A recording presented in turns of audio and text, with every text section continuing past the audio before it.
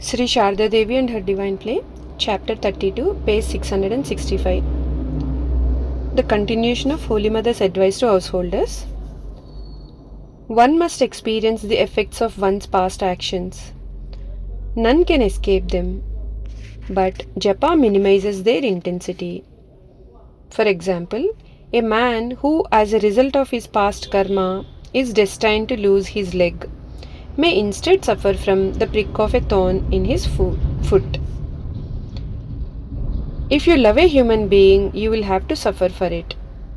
He is blessed indeed who can love God alone. There is no suffering in loving God. Be devoted to God and take shelter at His feet. It is enough to remember that there is someone, call him father or mother, who is always protecting you. God is purity itself and cannot be realized without the practice of control of the body and mind. Can anyone destroy lust altogether? A little of it remains as long as one has a body, but it can be subdued just as a snake can be subdued by means of dust, referring to the charmed dust used by the snake charmers of India.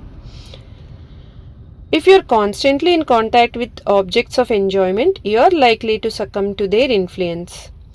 Don't be afraid. In this Kali Yuga, mental sin is no sin.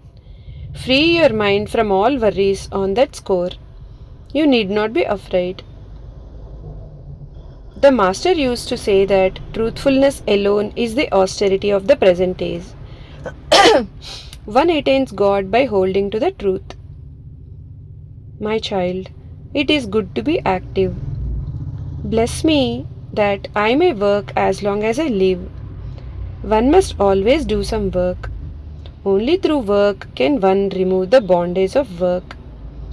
Total detachment comes later. One should not be without work even for a moment. Work helps one to fend off idle thoughts. If one is without work, such thoughts rush into one's mind. Be devoted to God and take shelter at His feet. Blinded by egotism, people think of themselves as independent agents in regard to their work. They do not depend on God. God protects one who relies on Him. How little intelligence a man possesses. He may want one thing but ask for another.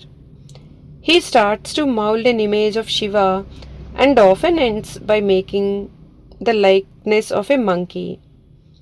It is therefore best to surrender all desires at the feet of God. Let Him do whatever is best for us. But one may desire devotion and non-attachment.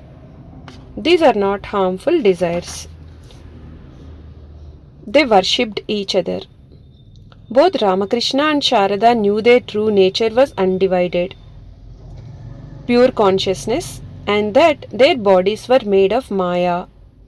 But during their divine play on this earth, their spiritual relationship was a mystery to most people. They literally worshipped each other. Swami Vishuddhananda, a disciple of Holy Mother, once explained this mystery.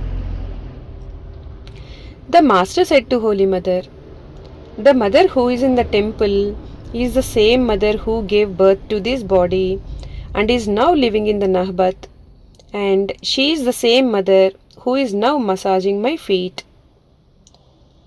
It seems to me that the Master saw Holy Mother from three angles. He gave advice to Sharada as a disciple. He allowed her to serve him as a devoted wife. And he worshipped her as the veritable divine mother of the universe. Holy Mother also served and worshipped Ramakrishna as her husband, Guru, and Ishta. Some people ask me, who is greater, the Master or the Mother? I answer, please think carefully. The Master worshipped the Mother, and she gracefully accepted that worship. Now you decide yourself. During the incarnations of Rama and Krishna, the Shakti was not properly honored, but rather humiliated.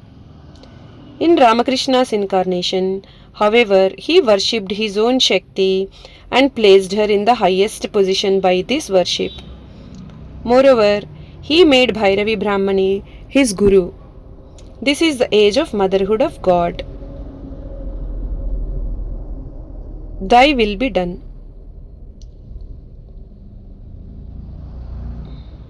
Ramakrishna and Holy Mother were divine beings and they were endowed with the power to change their own destinies as well as the destinies of others.